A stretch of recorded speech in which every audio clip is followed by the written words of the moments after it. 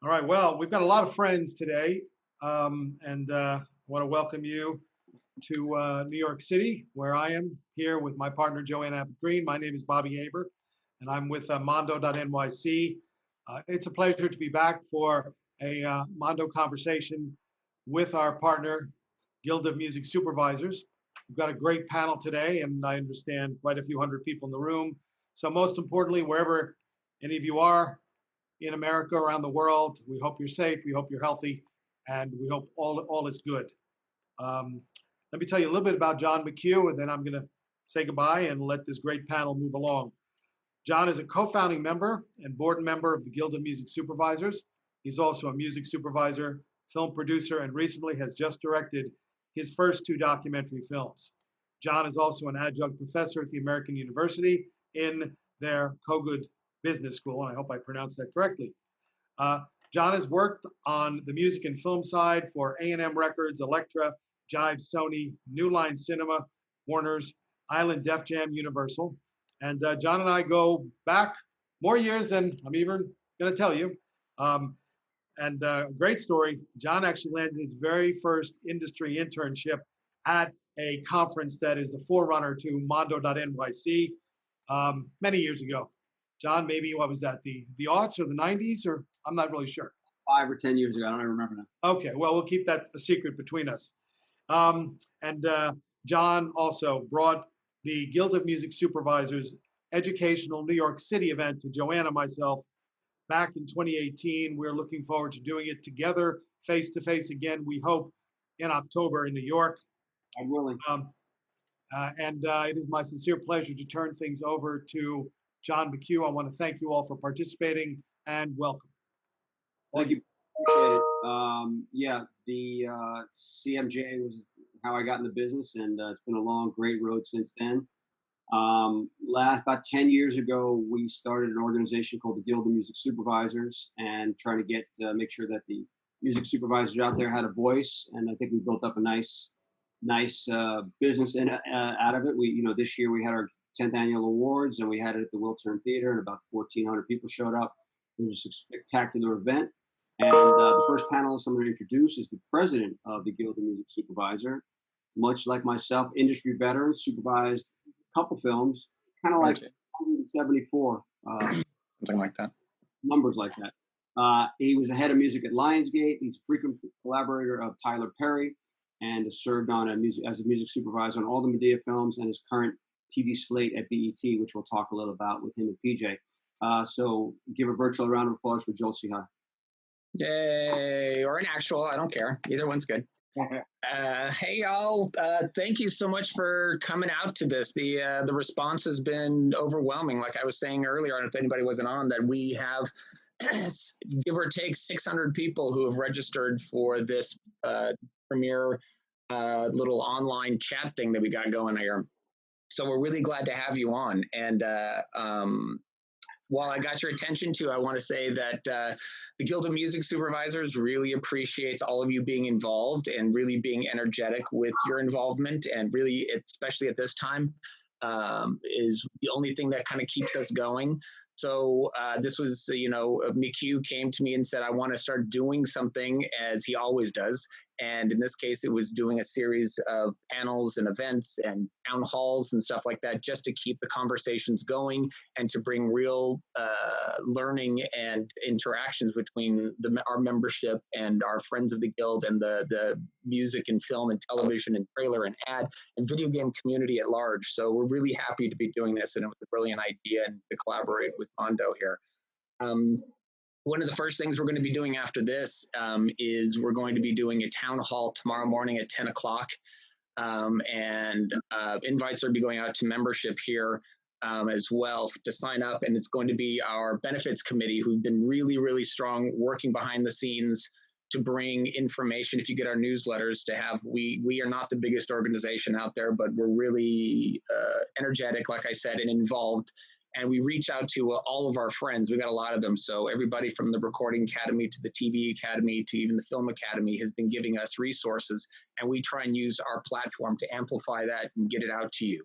And tomorrow morning, the benefits committee, like I said, who've been really, concerned and energetic and trying to create solutions for our membership, in a time where, we're music supervisors and musicians and stuff, and this is not our forte, but between us, we can figure some of this stuff out. So tomorrow morning at 10 o'clock, a lot of the benefits committee is going to be going through some of those resources, talking about some of their own personal experiences and doing things like applying for unemployment as an independent contractor, putting in applications for some of those small business loans that are out there, and what the real world solutions, because we can, again, amplify all of these other links and send them to you and get these resources in your hands. But hearing from somebody and hearing how the actual process goes for somebody who's in the same position as you is going to be really invaluable. So I really applaud them for volunteering to do this, and for all of our committees who have really stepped up and put their nose to the grindstone to help each other out and to really support the community. So I'm really appreciative and so happy to be part of this first panel. So, Joel, is that go ahead, John. Yeah, 10 a.m. Pacific time? 10 a.m. Pacific time is going to be on. We'll get the stuff out there. And again, they were worried that this was not going to be perfect information, that they're not going to be getting out, like the best information available. And the truth of the matter is that because even the people who are providing the assistance don't even know what they're doing, they're trying to make the best they can. So I said, look, perfect is the enemy of good enough. So let's get this conversation going and get it talking about it. And, there's a lot of people who I'm sure don't even know what the first steps they should take are. And so some of our members have taken some of those first steps, and this is going to be good. So again, I encourage you guys to sign up as members of the Guild of Music Supervisors if you haven't already, or as friends of the Guild, and kind of keep this organization running and allow us to keep you guys involved. Thanks, Joel. So again, this panel was, the impetus for this panel was I was talking to an artist and, what have you been doing? Your tour got canceled. And he was like, I'm just sitting around writing. And I actually watched my favorite show last night, which my wife and I watched it. And I go, what are you doing now? He goes, I'm actually writing a song for that show. I go, do you know any music supervisor show? He goes, no. I said, he goes, I'm just doing it. And I said, I love that. That's the creative impetus, that when there's time on your hands and, because it's always tough to be creative, it's a good thing to do. So this is really geared more to the artist and the supervisor and how we all work together. So we're going to try to move quickly because we don't have too much time. So I'm going to introduce the panelists briefly, and then we're going to jump into it. So our next panelist coming to us from Woodstock, New York, Amy HELM, daughter of the band's legendary drummer Levon Helm.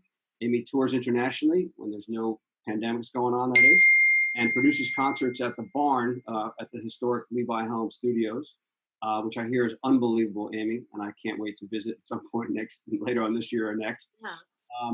We met because I asked her, I licensed a song from her in the film I did, Cowboy Drifter, and currently she's been working up until it got shut down, creating music for the film Onward Pushing Soldier, which we'll talk about in a couple minutes. Our next artist is a gentleman named PJ Morton from my adopted hometown in New Orleans. How you doing, Mr. Morton? A multiple Grammy Dove Award-winning singer, songwriter, producer, multi-instrumentalist, record label owner, and plays in a little band you've probably never heard of called Maroon 5. Thanks, PJ, and welcome. Turning to our supervisors, our other supervisors besides Joel, Tracy McKnight, coming live from Venice, California, independent music supervisor who has done like 5 or 10 movies, but actually it's 5 times 10 times 5, 150 movies on her credit list on IMDb. Last year, she won a GMS documentary award for the great documentary Halston, formerly head of music at Lionsgate, also, which her and Joel have in common. And Peter Block sends his love to both of you, by the way. Wishes he could be here. And she's worked next to him on an airplane recently. Go ahead. She worked on the music for a little series of films called Hunger Games. She serves on the board of Women in Film, and is a former GMS VP. So welcome, Miss McKnight. Thanks for having me. Jen Malone is in the building from LA, I believe. Yep. LA? Yep. Independent music supervisor, also involved with some of the coolest and most important TV shows in the last couple of years, including Atlanta and Euphoria, and the very badass film Creed 2. She won a GMS award for the best drama for Euphoria. Currently music supervising the Judd Apatow film King of Staten Island, which I wish I was working on because that's where I'm from. And so welcome, everybody. Thank you guys for coming. The last but not least, one of my favorite old-time artists who gets a lot of play on my Spotify and Pandora on home, Clarence Greenwood, a.k.a. Citizen Cope. Young gentleman has 6 albums worth of material that he's licensed a lot in film and TV, 4 gold-selling singles, which he's proud to say has never charted on commercial radio or Billboard charts, but every song on the album, the Clarence Greenwood Recordings, is licensed for visual media projects multiple times. And I really welcome you guys, and thanks so much for coming out. So we're going to jump right into it. Joel and PJ, you guys have collaborated a little bit, and talk about your experiences working together on how that and what you've done recently. Yeah, PJ, let me start on this because you know, you and I have a man by the name of Tyler Perry in common, and we both go back with him. You go actually a lot further back than I do. Much further. Yeah, you guys are practically related. So, but I've been a music supervisor with Tyler Perry since he came in with Diary of a Mad Black Woman sometime back in the 2000 something. But he came in and we clicked, and I've been working with him ever since. On one of his latest films, he came to me, as he often does, and he likes to send me clips and be like, "Joel, have you seen this? Have you seen this? Have you seen this?" And this last one was a clip of you, PJ, doing your, was it a documentary for your album? Live album. Yes, it was documenting a live album he did. One song that he was totally in love with, a cover of "How Deep Is Your Love" by the Bee Gees, with PJ here and his full band, and Yeba on a duet, and it was fantastic, and it was all live. And Tyler was like, "I want to recreate this." So we're like, "Okay, let's try and recreate it." And so I reached out to PJ and his team, and I said, "Look, we want to bring you guys on set and do a live session with you guys." And Yeba was not available because she was working on her video. But we managed to work it out. We went and used the live session with Yeba's tracks. And even though she wasn't on set, we were able to record part of you live, and then when Yeba's vocals came in, we switched over to you cutting away from the picture. So it was good. But I think we first actually really met at Louisiana Grammy thing after that, wasn't it? Was it after that? I think it was before. I thought it was before, maybe after. You know, we probably met before then too, but I think that I was, you know, particularly like I had to shake your hand and tell you thank you for making that work for us. Yeah. So it was an interesting live combo with licensed kind of track. But from there, I knew that you knew my guy Jay Weigel out of New Orleans, and I try and get to know everybody in New Orleans.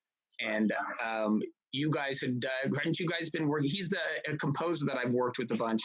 And he was composing on a Tyler Perry series called The Oval on BET, right? And That's so I knew from listening to you guys talk that you guys were friendly. And so Jay was reaching out to me about, you know, he wanted to do the main title for this as well. And he had delivered something huge and presidential and orchestral, and they didn't like it. And so I asked him, I was like, "Well, you know, we got to do this a song." And I said, "How don't you and PJ know each other? Maybe we can get you guys together." And so what happened from there? So because apparently it was like time. We were on the clock at that point. The show was coming out pretty everything. Soon. Yeah, everything is on the clock with Tyler Perry. Like you know this. Jay called me over to the studio and kind of told me the concept of the show. Of course, he knew what the show was about because he had composed the whole thing, scored the whole show. And so I was trying to capture what the whole plot of the whole show was in a general statement in 1 minute in that intro. But it actually, we were fortunate. It came pretty quickly. The music came to me really quickly, and then the lyrics followed. And then Jay kind of did his Jay Weigel thing and moved it around to where it was supposed to be. Yeah, this was something that we didn't have any visuals or anything like that. So they basically knew the gist of what the show was about. And I said, I need something dark and engaging and something that tells a full story in 30 seconds. Yeah. And you and Jay went away for a weekend and came back and nailed it. Yeah, it felt good. It was natural. It was natural.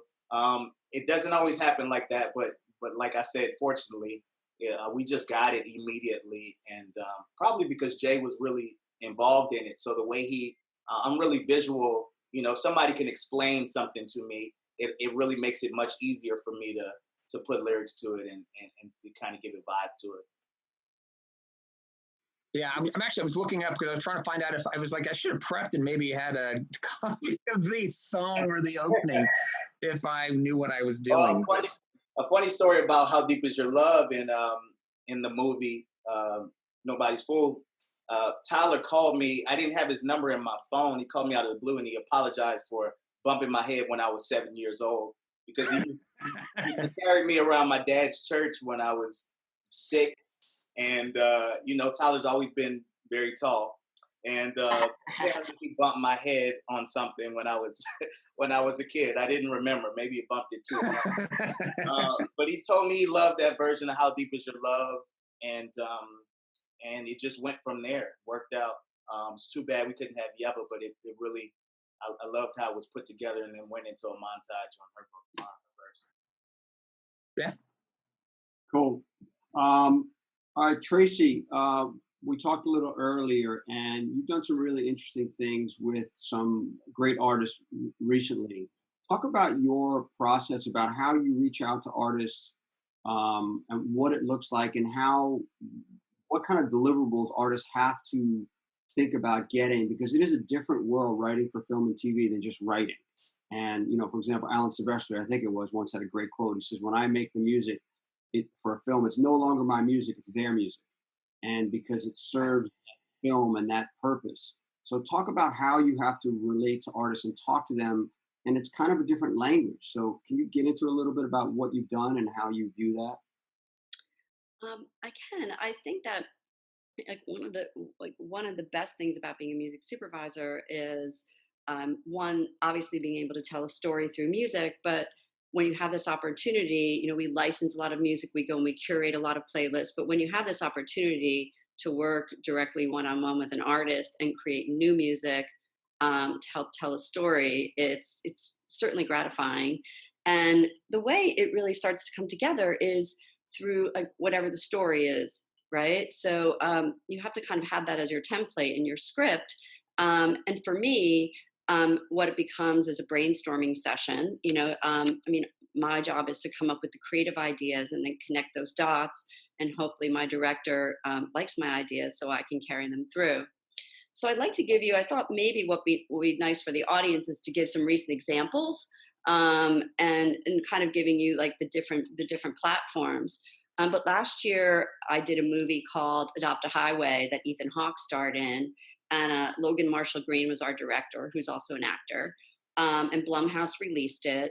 And we knew it was this story about a man who had gone to prison for the Clinton 3 strikes rule. So he was in prison for 20 years for basically dealing some pot. And so he comes out and he doesn't have a job. He doesn't have an email account, right? Like he's kind of integrating back into society. But what we really wanted was that singer-songwriter telling the story through Ethan Hawke's character. So I was able to approach it in a certain way where we wanted an artist to score the film. And I thought, well, wow, who would be the right person for that? And who could get into a storytelling process and also write us original songs? So I reached out to Jason Isbell. So the way I approach that is, you know, I come up with my short list of ideas and I bring them to the director and the producers, and then we were able to reach out. So here's Jason, who hasn't really scored a film before. So it was a really interesting process, but he responded to the material. And then we set up a way to have him speak to the director and start to run ideas by us. And that's really how the process works. You come up with ideas and they come from everywhere. And then you get to execute them. And I think the style is helping an artist. I think it's a real beautiful challenge for them when they're given the assignment, as opposed to going in and having a clean canvas, right? So I think probably Amy and PJ are going to talk a little bit more about that, but we give the criteria. But at the end of the movie, we needed a song that was going to sum up this man's journey, about all the life that he missed when he was in prison, and the people who disconnected from him and how to reconnect to the world, which is really what it was, a universal song. So we had the beautiful experience of working with Jason Isbell, who's the nicest guy, and he wrote 2 lovely, lovely songs for us. So that's one experience. And then I have a movie coming out on May 1st on Netflix called The Half of It, which is it's sort of like a modern day Cyrano de Bergerac kind of a different kind of love story of what you think is going to happen. There's a twist to it, and kind of a young, it happens with kids in high school. And so I went to a music supervisor gathering a few years back called The Gathering, which is the Whiskey Trail in Louisiana. I don't know if Joel, if you've had the pleasure of being on that. Oh, yeah. I do, yeah, right. Right. We're talking about Louisville, right? Yep, I'm going to Louisville. And even though I'm not a big bourbon drinker, it was a really fun experience. But this is where, as a music supervisor, we get to experience a lot of independent artists that are getting to connect with us, which is one of the perks of our job, where we get to discover new music. So when I was there, I saw this act called the Ruin Brothers, and they are, it's kind of like this indie rock festival, but they got up and they kind of did this retro Johnny Cash kind of sound. And I was like, who are they? They're awesome. And we happened, afterwards, all the artists get to meet the music supervisors. And I just had a really special connection with them. And I'm like, I can do something with them. So when The Half of It came up, they live in Brooklyn. They're from the UK. They have a really fun story. And we needed to have this retro sound, but that was still kind of fit this more youthful model of where the movie is being marketed to. And we brought them in, and they wrote 4 original songs. And now the movie's coming out, and they're going to have the featured soundtrack songs, and probably one of them is going to premiere on a social media platform. And so the answer really is, like, we have to sit there with them and then guide them through all the scenes, give them all the talking points, but let artists go and be artists, like go into their laboratory and through their own eyes and their own talent. My job is to help see them, give them all the tools that they need to put their best foot forward for the director. So how important is that communication between, I sometimes tell people ask what I do, well, music supervisor, you're kind of a translator and a conduit between the producer, director, and the music people. So what is that communication like to make sure that you give them every direction possible, or make sure that, because sometimes directors and producers don't really speak the language of music, so we act as those translators. So your job is to really make sure that communication is optimum. How do you basically make that happen? So what I normally do, and I don't know how I don't know, somebody's Apple Music just came up on my screen. There we go. Thank you. So hello. So here's what we do. Like I usually give all the tools possibly, which is I give all the talking points from a director. Sometimes I give them the movie to watch. With the Ruin Brothers, they got to watch the movie. They got to watch The Half of It. Then we give them the individual scenes. We give the screenplay sometimes when we can't give the film out. And we start to move the process that way. So when people are working to a picture, they need to be connected to the full story, right? So there are times where, in this movie, there are on cameras that we didn't have the movie, it wasn't shot yet. So we needed to make sure that songs were written so that they could play in the talent show and the different things that they're doing. That where we basically farm that out to certain songwriters and look for the best song, because then it would be re-recorded by our cast.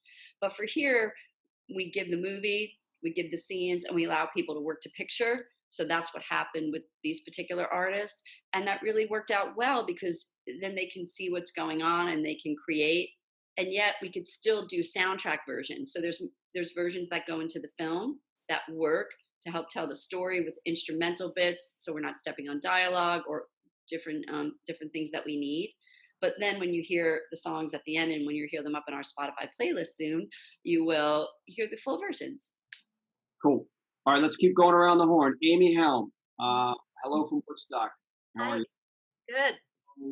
You obviously come from a historic, legendary music family. I'm sure you were playing music since you were a small child. It's an amazing thing that you have the barn there for the rambles when life kicks back in to be able to do that. But Yeah. film, and you've been a touring musician for a long time. Film and TV.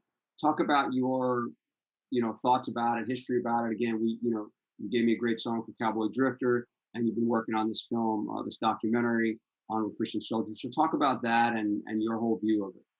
Okay. Well, I'm new to it in terms of really, I've had a few songs that have been in films or documentaries, but I'm new to being part of the process of trying to help create the score. And that's been really interesting. This documentary is a very dark story and kind of paints a portrait of one of the first sort of American, homegrown terrorism. The man Eric Rudolph, who bombed the Olympics in Atlanta in the 90s. And so I sort of went in, and after discussing it with the director and with Jeff, who's also doing the scoring for the film, tried to bring in my knowledge of a lot of gospel music, traditionals and spirituals and hymns, and trying to kind of find strips of melody that could lend themselves to the score, that could be incorporated into it. And then I also tried to pull in my community of musicians. I'm, like all of us, blessed to know so many great singers and musicians. And so we would take, a strip of a melody from Abide With Me and then try it with an electric guitar from Luther Dickinson, or try it with a vocal from Allison Russell, and kind of find different timbres and bringing all of that in to kind of present a tapestry, I guess, to the director, and then let them incorporate all of that into the score. So that's kind of where we've been at with the process, which I found really, really interesting. I'm brand new to it, like I said. So it's been pretty neat to pull in those songs and singers and players and kind of try to help add something to paint the picture. And talk about collaborating with Luther Dickinson from North Mississippi All Stars, whose father was a legendary producer, Jim Dickinson, that produced Rolling Stones records and all sorts of Replacements records, an amazing producer. Talk about Luther for a second. Well, Luther's such a great, he's a dear friend of mine, and he's an incredible musician. And he's also from the South, as was this guy Eric from this documentary, and so he was able to really help me pull in, expand those ideas of mining that songbook of traditional Southern hymns and blues songs and all kinds of that those melodic places that are so specific to the South. So that was really great too. He kind of came in and helped me round some of that out and bring forward some other ideas for singers and players. Great. And why I love the musical collaborations with other musicians, putting people together. That's what film and TV. You could say, hey, how about you take this rock band and put it with this rapper and put these pieces together. So it's not, you can do that in that film and be able to do that. So I want to head over to Jen Malone, who's done a couple of popular shows at my house anyway. Atlanta and Euphoria are wall-to-wall music shows. So I want you to spend like a couple minutes talking about those shows and what you look for to find the music for those shows, and then jump into what you've done. For example, having music created on Creed, what you look for on that. So just giving us an update on that world. Yeah. For Atlanta, obviously, it's a very hip hop heavy show, and there's more like old school type stuff, and then obviously we like to have a lot of up and coming artists in Atlanta. So it's a lot of digging. It's finding artists kind of everywhere through Spotify, Instagram, SoundCloud, TikTok, kind of the whole thing, and it's just a lot of digging, and then working with the more independent artists or just the artists that don't necessarily have the deals in place, so or publishing or anything like that. So walking them through exactly kind of how licensing works, and that can that's a challenge straight up. And then again with hip hop, just finding people is always a challenge. I can find something on YouTube and there's no contact information anywhere, so you have to do your best to track them down. Or you talk to an artist, do you own everything? And they say, yes, I own everything, but there's a sample in there or there's a producer on there. So really just kind of finding the music and then just finding the people and working through it. And jump in for 1 second, because this is super important for artists, right? Our job, we don't have a lot of time, especially in a TV world where you're in every week, you need to clear music. And in your shows, multiple, 10, 12, sometimes tracks a show, right? And so you're trying to get this really organic music from that's out there, that's happening, it's very contemporary on these shows right away. And the more the artist can do to make sure that what's called metadata, which is basically just all your information, your writers, your splits, who the writer shares are, your PROs, all that information, who owns what, and better yet, if you want to take charge and be a smart, aggressive business person as well as musician, you can take charge on behalf of your members of that track and make sure that everything is pre-cleared, so that you've gone to your other writers on that track and said, hey guys, if a film and TV opportunity comes up, it's going to come up quick, so we need to be prepared for it. And so that's a really important thing that artists should really know, that to make our jobs easier when we find your stuff, or if we find your stuff, it needs to be buttoned up. So Jen's a living proof of that, because hip hop, I tell people, only reggae is a harder genre to clear than hip hop. Functionality sometimes of different writers and producers and having that information, the more you can help us, it's a classic help us, help you. So sorry to interrupt. Keep going, Jen. No, that's exactly what it is. And it's just, and with TV, you just don't have the time. It's so fast. It's very overwhelming. I'm working on 5 different episodes, plus we're shooting stuff that I have to be clearing. So it's just very intense. And the more people have everything buttoned up and together, I mean, you can just go through sometimes my Twitter or other music supervisors' Twitter, and it's like, hey, so-and-so, trying to get in touch with you about a placement in this show, is just makes everything very, very challenging. So exactly what you said, Jonathan, just having everything together, and don't use samples. I would just say don't use them. Just don't even. TV, very bad.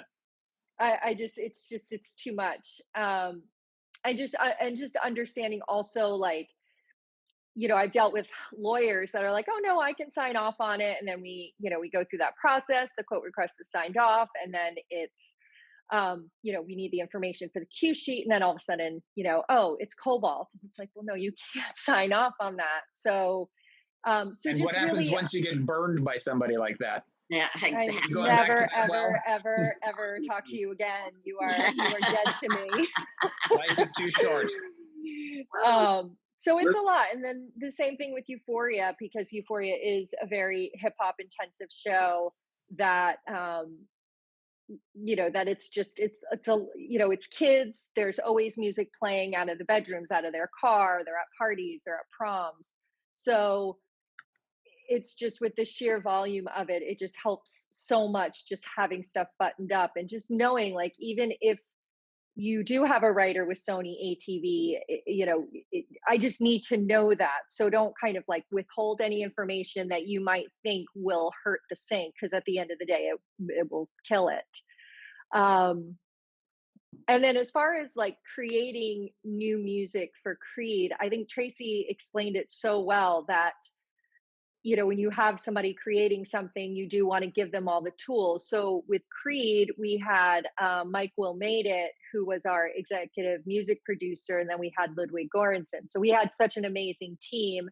We had this huge training montage that kind of hit a lot of different beats, you know, kind of Adonis coming back from coming back from getting absolutely killed in the last fight. And so we worked really closely with Interscope Records, who are amazing, and they had Jacob Banks, like in a very rough demo that we thought was perfect to kind of open it. And then as the training montage went on, with Ludwig's score, kind of at that moment where the scene turns and Adonis is kind of back at it and he's back to, you know, killing it and training, we wanted to, you know, go into a couple rap verses. And Mike Will obviously knows everybody, so he got ASAP Rocky involved, and I did a FaceTime with him. I think Rocky was in like New Zealand or Australia, and I, you know, showed him the scene. I think it was all through FaceTime because I didn't know about Zoom then or whatever. And explained to him kind of what we wanted and everything, and he did. And we had the blueprint of the beat, both from Mike Will and Ludwig. We sent it to him and he recorded it, and we were really getting down to the wire because, you know, straight up a lot of these guys, you know, flaked. I'm still waiting on a Big Sean verse for one of the songs that, you know, you're getting it. Yeah, we're sending it. So when I got the demo, of course, through a text message, you know, I listened to it. It was one of those like, please be good, please be good, please be good. And he absolutely killed it. So then we brought him into Conway Studios to record it. And I was there, and I just, you know, I didn't necessarily give him notes because you don't give ASAP Rocky notes, but I was kind of like, okay, no, at this part, I want you to do this or whatever. And he was so amenable and was just like, okay, boss lady. I was like, great. So it came together. It was not necessarily organic, but Tracy, you said it perfectly. You just have to give them the tools, give them the story, give them what you're hoping the song can do to enhance the scene. And, you know, that was, you know, when I say it now, it seems so easy, but no, it was definitely not as easy as I just explained it. It's very sticky when you're on a dub stage and you're waiting for someone to send you stuff, and people say they're going to deliver and they don't deliver. And, you know, we look to what I call go-to people that you go to and they deliver time and time again, on time, on point. All their stuff is cleared. And, you know, again, right, when you're dealing with the ASAP Rockies of the world, you have to take what you can get when you can get it. But still, the more buttoned up an artist is, the better it is for everybody. Question from the field out there about Labyrinth. How did Labyrinth get involved on Euphoria? Talk about that for a second. So Labyrinth met Sam Levinson and I think at a party in Hollywood, and Sam has just such a specific vision for the show, and it was just something that, you know, that just kind of happened. And Labyrinth and I worked kind of very separately because we both had our own lanes of issues and you know, problems that we would have to solve on a daily basis. So but what we did with the score was just kind of it worked so well because it was able to sometimes sound like score, sometimes more sound like a song, and it just, you know, I think that, you know, he was just perfect for it.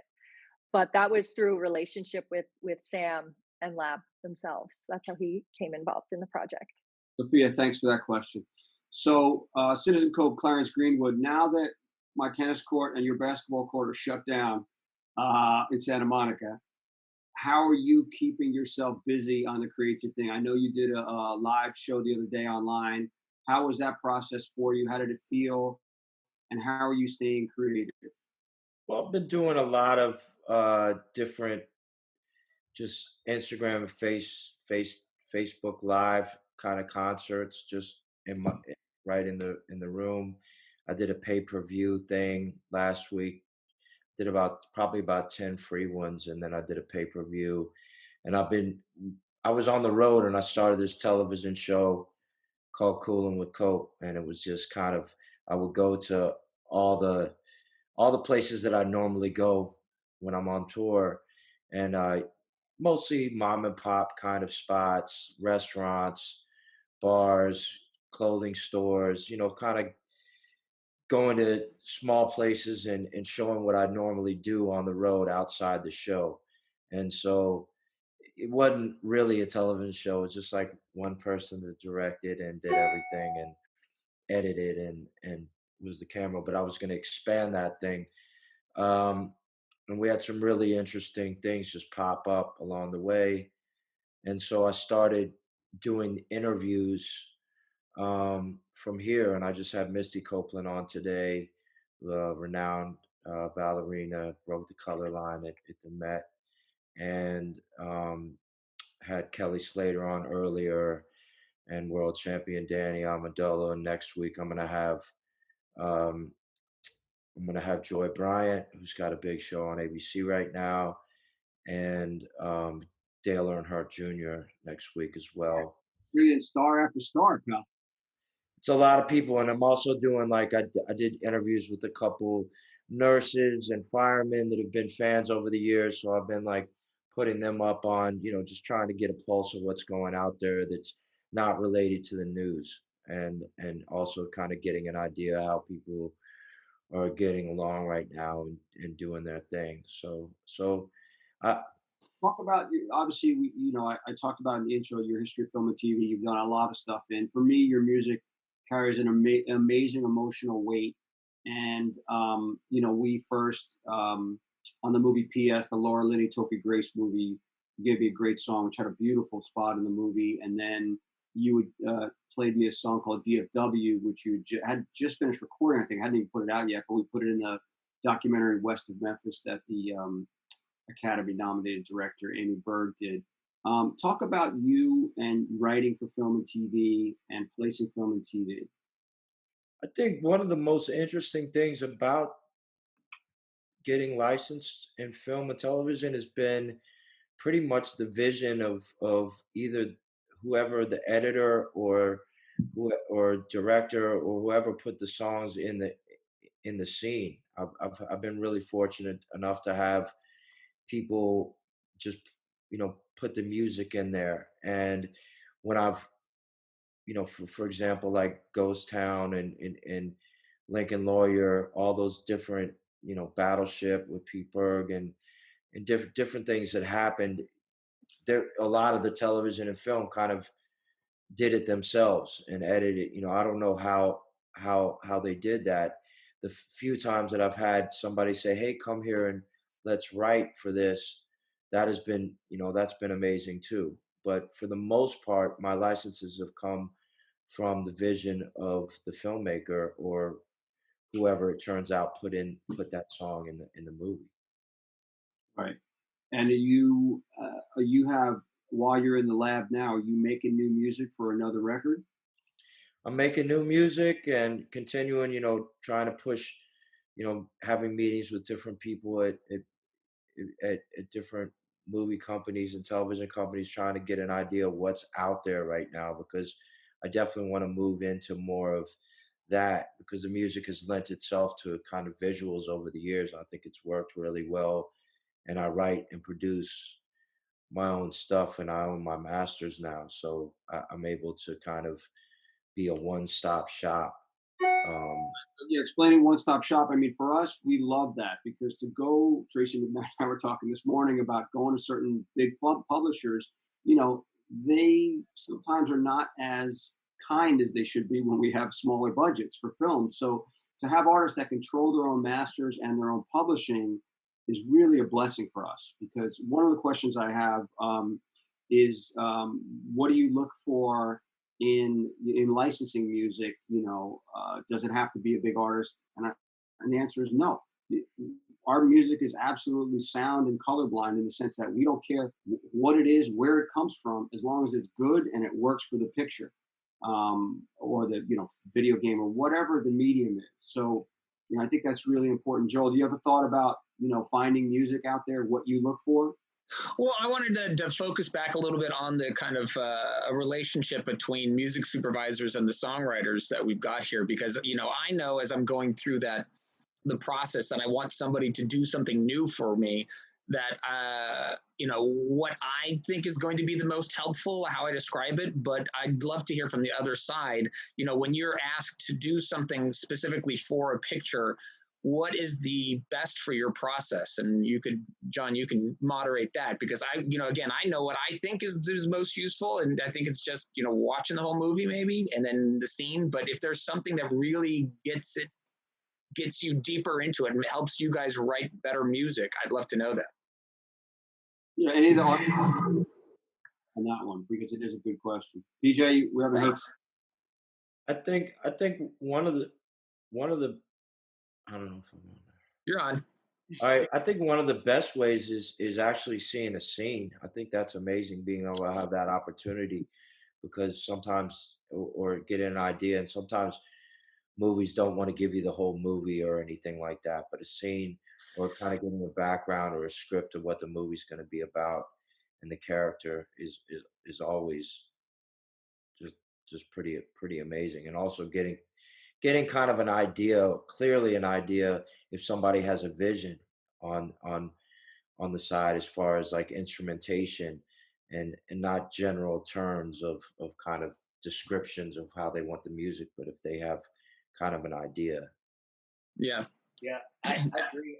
I think in the hierarchy, visual first, right? If you can you can watch the whole film that or show, that helps. But I think the more details, the better. I think this is the only time in the world where creators, we as creatives, want you to kind of, give me give me the outline of a house. Don't just give me the land to just build a whole house, because I could be so you'll be writing for days. I could be in a different mindset altogether. So if the person has details and can kind of paint a picture, even though sometimes that changes by the end of it, right? I mean, like what somebody thought they wanted, once they get it, it's something else. But the more details, the better.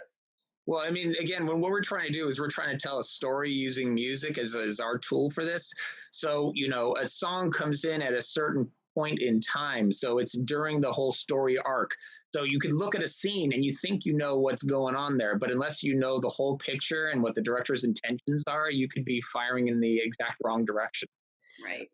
Something that might be interesting to add to this conversation is, when we were doing, we did a handful of recording days for this documentary, where different players and singers came in, and because of some tech difficulty, we had Cindy Cashdollar, and we had an incredible guitar player from North Carolina, and we had Luther there, and a whole bunch of people. And the first day they hadn't seen any of the film, and then they got the monitor set up, etc. And the next day they watched the movie, and then we did another session, and the performances they just lived, and they just weren't comparable. I mean, it was just incredible, the difference in how everybody was playing, and the choices they were making, and the mood that was being created. It was kind of fascinating to sit and listen and hear that difference.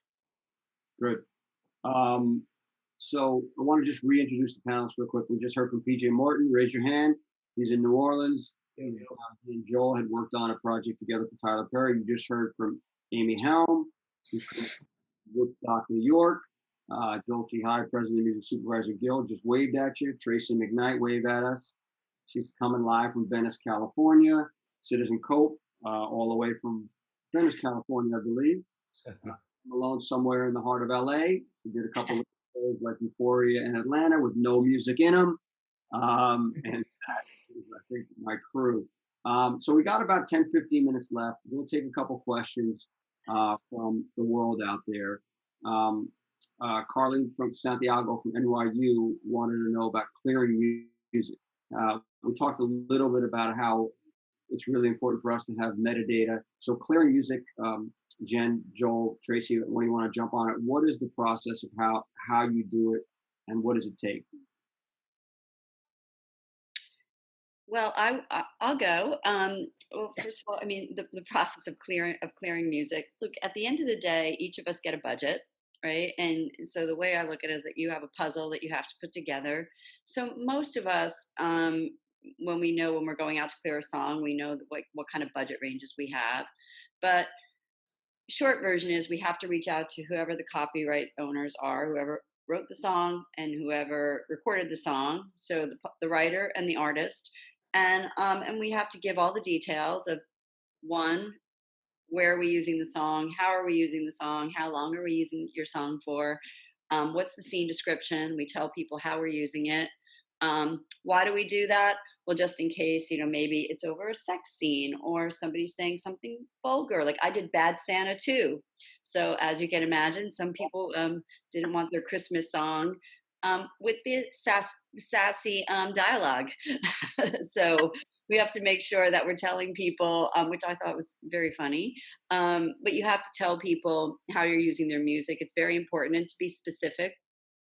And then we reach out and and then we try and negotiate, and we all have to make a puzzle work. At the end of the day, we have one bank and we have to make all the bank work. And that's really, really how it goes. And then of course we call people, we do whatever we need to do with our relationships, and we try and maneuver as best we can.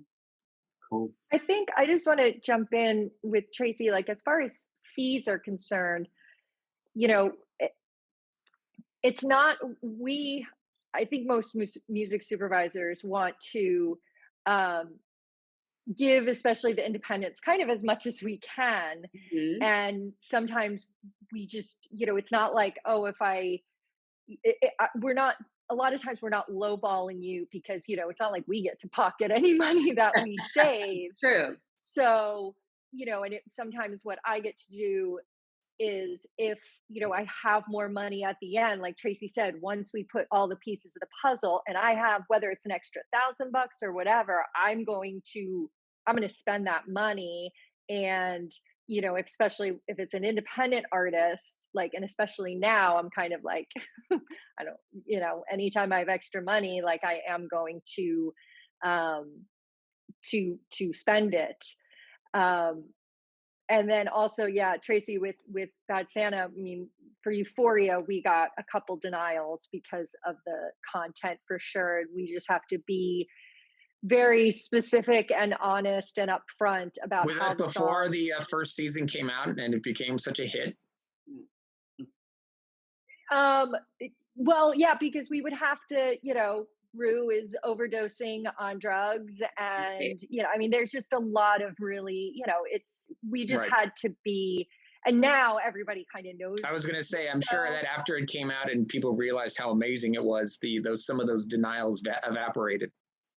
It was honestly, it was a lot of more like catalog pieces. Like I know Seals and Croft were like, no thanks on one of the scenes that we ended up using the air supply.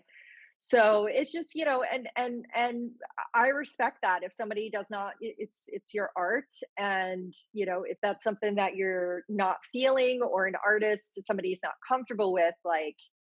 I can't deny that. But, when it comes to, somebody that may own like 15% of the song and they think that they should be getting X amount of money, and it's kind of like, you can't, please don't kill this for everybody else over, right. I mean, that's happened. And, it's just, like I said, like we have what we have, and we're not, we want to support the musicians as much as possible, but we just, Hey, Jen, you brought up something. I want to say something real quick on the flip side of that. There's also the point of, we all work on small, cool films as well. Not everyone has blockbuster budgets. And so sometimes the pushback is, which John and I were talking about this morning, but if we only go out at our process with money in mind, but I always try and keep it into what's the art about. So I always tell my directors that they should dream with whatever they want to dream. If it's a $10 million movie, does that mean we won't go after a big copyright or try our best to negotiate that? Right. And sometimes those, so I always have a lot of respect for the copyright representatives who bring all requests to artists, so they can decide where their art should go, regardless. That's exactly what it is. It's, when you're doing a license like this, it's two artists communicating. It's basically, a filmmaker saying, I want you to help me tell my story. And so, musicians are out there, and, while it is a piece of commerce, it is, embedding one piece of art into another. And so that conversation has to happen. And if it's valuable for that, that's wonderful. Definitely we all brook on that a lot. So right. Working with independents, people have to trust us. We say this movie is going to be really fucking cool, and we sell it like that. And if it's really lame, they'll be like, yeah, sure, Joel. Yeah. But it's really wonderful when you get to deliver on some of those, right? Yeah, and they're like, 100%. wow, this is better than I imagined. Yeah, that's the best.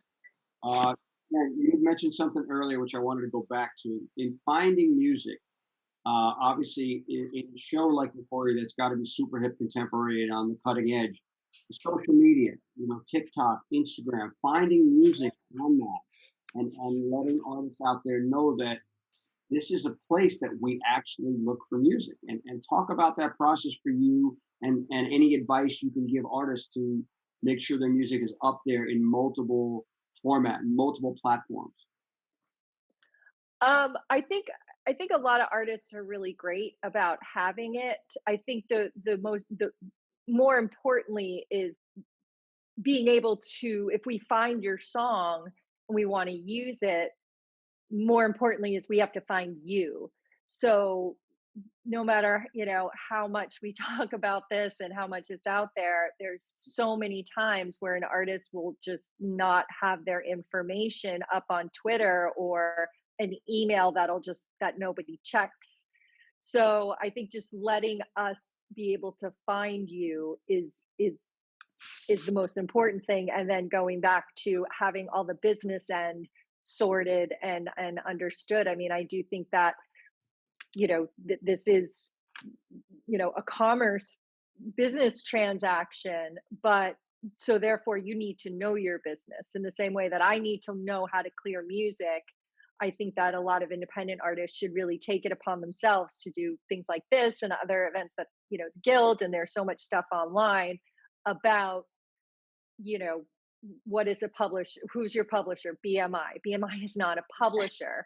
So I think educating yourself on how this works just helps the process go so much quicker. If you want to be a working musician, then you treat it like a business, and that's the straight answer. Know exactly what product you're selling and how to represent it, and how best to control your rights, and make sure that the deals are good for you and for everybody. Or on the flip side, if somebody, I'm kind of talking to them and I'm like, oh, I don't know if this, tell me that you're not 100% sure how this process works. Right. Agreed. And I will do my very best. I mean, I've walked many, many, many independent artists through what this is. This is non-exclusive, for my shows, this is a non-exclusive deal. You can license this to whoever you want. And just, this is very standard terms, it's in our best interest, that anybody who's entering into a deal with us understands all of those terms. I don't want anybody then coming back and saying, oh shit, I didn't understand that. Just ask, because it's in our best interest that everybody understand what the deal is, but also because, we do this job because we love music and we love musicians and we respect what they do. And so we want to be supportive of that. Yeah. Cool. So a couple more questions from the audience. Bobby Brass was asked, for the creator, is it important to focus on one type of sync platform, for example, TV, as opposed to targeting various things to go after films, ads, video games? Anybody have advice for the artists and supervisors? Anybody have advice for artists out there about what they should target? Me personally, I mean, whatever the project is, I think it's project by project basis. Whatever's inspiring, and I mean, whatever makes sense at that time. I think I hadn't done a video game, but I'd be open to it. You know, I think it's important to remain open. Yeah. And you know, You have to, I mean, because especially in this world where sometimes fees are going down, but the amount of content that needs music is going up, that you be nimble and be able to be, you know, contact people who are doing all this stuff. So work on your relationships, but above all, know what your music is. And so know that it's going to be right for something. If you're watching one of Jen's shows, you see what she's using. So don't pitch something that is totally wrong for something that Jen's working on. If she's gone to season 3 of a show and she consistently is using a certain kind of music and you are making that music, she's your target audience, you know? And doing the research on who does the, you know, doing the research on, you know, who's doing what shows and what kind of, where your music would fit into. I think research, you know, in the same way that we research you guys, Right. you guys researching us, you know, we don't use a lot of singer songwriter type stuff in Atlanta. So, you know, we may, who knows what Donald is writing, but for the most part, you know, knowing that show, that's not something that, you know, that I'm going to be using or needing on a, you know, for regular basis. Also, it's easy to find. So I'm always like, kind of like you, most of us, our credits, our projects, unless they're brand new, you know, you can access certain information. So it is frustrating sometimes when people haven't done a little bit of research in order to see what's going on. So I would highly recommend doing that. It really helps a lot and cuts to the chase. Yeah, I think that's the most. If any artists out there take away those valuable tools that make sure your metadata is together, do your research about what these people. There's obviously, if they don't know it, IMDb, the initials, is a great website as a tool to figure out what people are working on. It's pretty good as far as, you know, how up to date it is on when a show is in pre-production, post-production, finished, so that you don't bother people. It's very hard to get in the sense that it's finished. So, you know, don't send me stuff. But yeah, I mean, I always say that, you know, my morning when I first fire up my computer is I go through all of the emails that I've gotten and I just delete. When I see emails that are just cold emails, like, you know, listen to my music, and it shows that they don't even use my name in the email. I'm like, they're just blanket sending this. So I'm going to give them as much attention as they gave me and what I'm working on.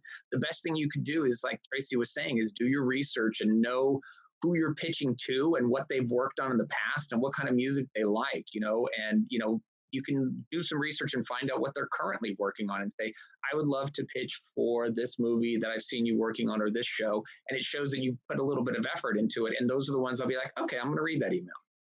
Right. Someone called me Terry McKingat. Wow. it's me. I get a lot of people pitching me music for Insecure, which I do not do that show. Like, that's awesome.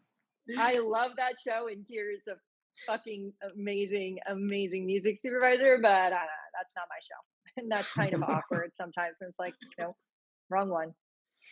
That's funny. Yeah, so a couple more questions. Kent Kleiman wanted to know, how do you guys I'll decipher his question, but talk about the different mediums about what you work for. Like, sometimes you do TV, and you might do a video game, and you might do a commercial even. Talk about how the process works and how you get kind of put into one place and you get one show and then you get another show. Any of the supervisors talk about, you know, jumping and staying nimble in different mediums. I've been very, very lucky in, I mean, I worked in reality TV for years, and that taught me so much. It's not the sexiest music supervisor gig, but there's so much music in reality shows. And then, you know, for me, it's just been relationships with producers that I've worked with a couple of years ago that have a new project, or, you know, the post producer on Baskets is a friend of mine, brought in just to do one song, clear one song, and then it was clear another song, and then please be our music supervisor. And then she brought me into Atlanta and Euphoria. So I think for me personally, it's just been um, a lot of just, hustling. I hustle. I'm always looking at deadline and seeing, who I want to work with, and kind of my dream list of directors and, composers and just interesting shows that I want to be a part of. And, whether it's me cold calling or seeing, again, me doing the research, like, okay, go on to Facebook. Who are they friends with? I mean, that's, I got this one show and saw that the person I was interviewing with was a friend of a friend. And, it's, I think for me, I hustle and have hustled for, since day one, and I still do it to get gigs. Just as much as cold calling, like, hey, I have this song that I want you to check out. It's, hey, I'm a music supervisor. I'd love to, meet with you about your new project. So even you doing these big movies and big TV shows and has a big agent, you're still actually actively talking to people about finding gigs, right? Yep. As am I. We're all out there hustling. It's a hustle for all of us. If that's any consolation to the to the artists out there, we're hustling just as much as you guys are. And the other thing about that is it's not, one of the reasons we started the Guild was we were one of the only above the line organizations that didn't have an organization.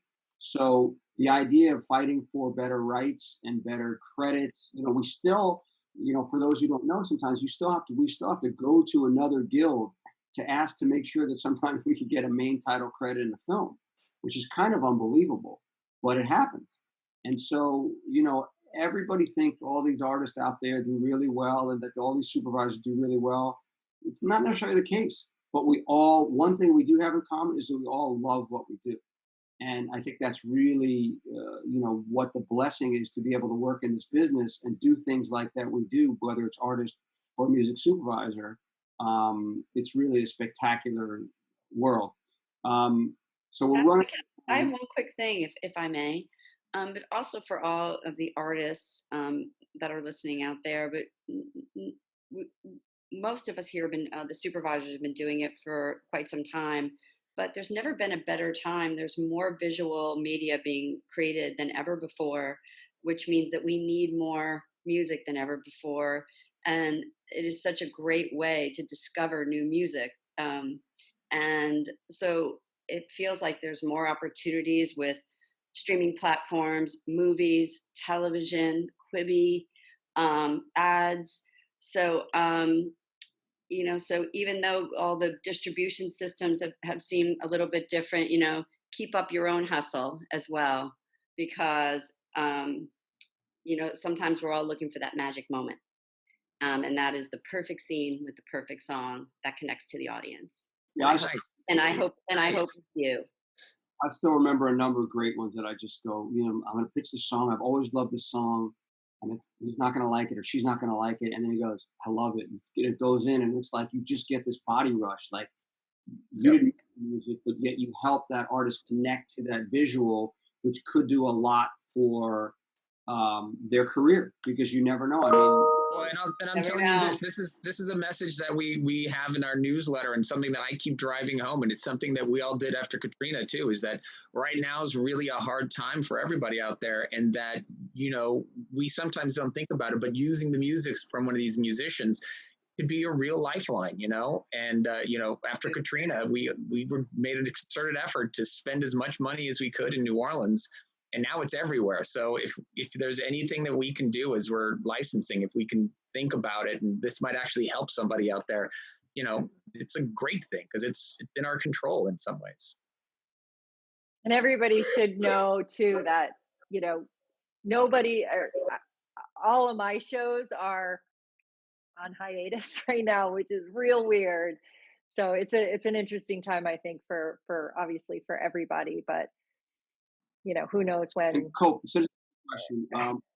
Your most meaningful music placement was, and how did you notice it had an effect out there in the world when you were out there touring or meeting people, or people had things to say about it? Well, the first thing is I was surprised when I first started getting songs licensed is how powerful television was. Uh, Even more so than like a big movie thing. But the television, a lot of the songs, a lot of the move or shows, I didn't know what they were. And when it first started, like I'd never seen One Tree Hill, and or I'd never seen. I wouldn't have seen some of these televisions, Cold Case or Prime or something like that. And Entourage was really big. Scott Venner put like 3 songs in there throughout the time. Um, the movie, funny as it is, but Coach Carter was really because it's lasted so long, played so long. A lot of people have have react to that. The movie accepted. But pretty much every movie or television show has their own niche of people, and I always ask, how did you hear it? And a lot of times, it's come through a license. I've had some commercials that were really big, but like more impactful during the time they were running. But one thing great about television and film is that they go all over the world, and they continue to be played again and again. So those things, like to name one, it would be hard to kind of name one. You know, 'cause, my son found that show later in life. He's like, "You want to be an agent?" Now he works at William Morris, and he got turned on to your music through that show. So it's an example of, TV is an incredibly powerful medium. It just beams into people's homes, and there's nothing quite like it. And for me, what I love about, like I've been watching the show. Anybody seen Sex Education? Um, uh, our boy Matt Biffa in London does this great, supervision on the show, which was nominated for an award. And I'll sit there with my phone and Shazam, and I'm like, "What's this? What's this? What's?" All of a sudden, this one artist named, I think it's Ezra Pound, I think it is. He had like 2 placements a show, and I was like, "Matt, what's the story?" I hit him up. "What's the story with this guy?" He's like, the producer director found him, loved him, and he even put him on the end of the season. And now this guy's probably had, I don't know, 10 songs in that show, and his career is uptick because of it. So I think for artists out there, you just got to keep putting your music out there and all the social platforms. Be smart about how to research what we do as supervisors. Connect with other artists, collaborate, and put yourself out there. And it's really, it's one of the greatest things, as the Jewish people say, a mitzvah, to be able to put an unknown songwriter or artist into a show and get them money and get them exposure. That's kind of because it ain't like we're getting rich here. So I see our guy John Simpson there from American University. I just want to shout out to him for helping to launch this panel idea. We did it with our students last week at American University, and they loved it. So we're going to do more of them and keep going. Yeah. Yeah. Before we shove off, we're going to talk about next week's panel, which we're going to focus on how music supervisors and composers come together. And we have Guild of Music Supervisor Award winner Evian Clean, who does a good chunk of the HBO music supervision. And he's going to partner up and talk with our Marcella Barbos, who's scored amazing stuff like the film Dark Waters, one of my favorite all-time shows, Ray Donovan, The Loudest Voice, which if you haven't binged that, about the late not so great Roger Ailes and The Affair. And then one of my favorite shows, Ozark, just came back on, so I called up Gabe Hilfer, and he brought in the composers Danny Betsy and Sandra Jurians, and we're going to do that panel next week. So I want to thank you all for attending, but before we go, Citizen Cope, you have a guitar next to you. You are one of my favorites. Any chance you want to pick that thing up and work in at the end of the panel? Come on, buddy, I like it. Woo! Give it up for Citizen Cope, and listen to this song. That's awesome. Next week. What do you got for us, kid? All right, this is a new one called "Scared of Heights." And tell us why you wrote this.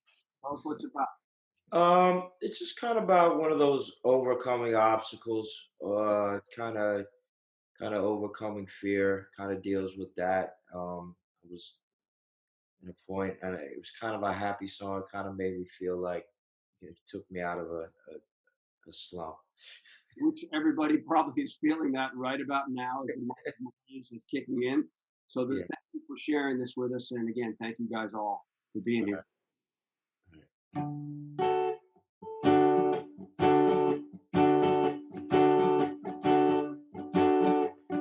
Lay down, oh weary traveler.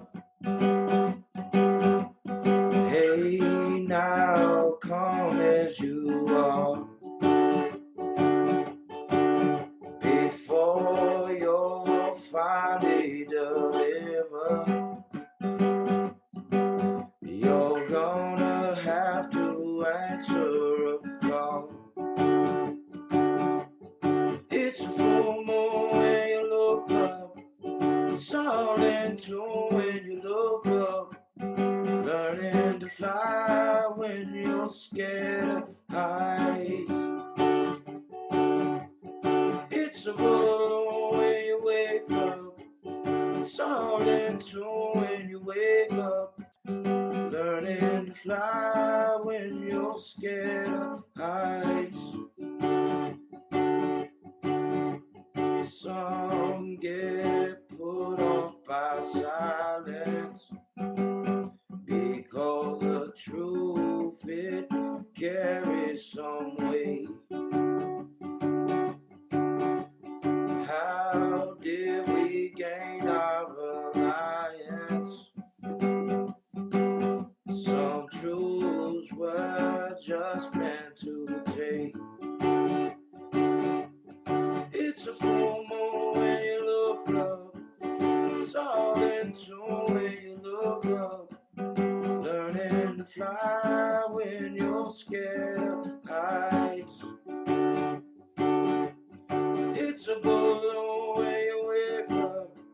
It's all in tune when you wake up. Learning to fly when you're scared of heights.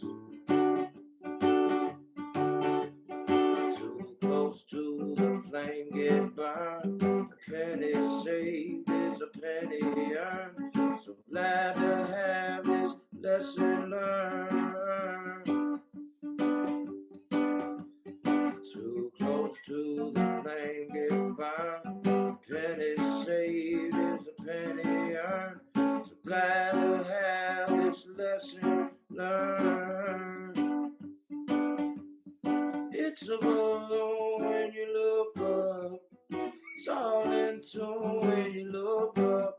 Learning to fly when you're scared of heights. It's a full moon when you wake up. It's all in tune when you wake up. Learning to fly when you're scared of heights. Learning to fly when you're scared of heights. Learning to fly. Learning to fly. Learning to fly. Yeah. Thank you That so was much. awesome. Bobby Haber, thanks for the help organizing. Joel, thanks for the guild running point. Yep. And see you next week for some composer and supervisor bonding. Yeah. And here's my pitch again. Please do join the Guild of Music Supervisors, either as a full member if you are a music supervisor. If you're looking to move up, you can join as associate. And everybody's welcome to join as a friend of the Guild and get all of the great resources. So look on our website, www.guildofmusicsupervisors.com. And there's a bunch of COVID kind of resources I was talking about at the beginning that are up there too. Click through it, and maybe we'll see you guys at our town hall tomorrow morning at 10 a.m. If not, we'll see you next week for the next panel. Thank you guys again. Appreciate it. Much love. Everyone. Bye, everyone. Thank you. All right. Bye.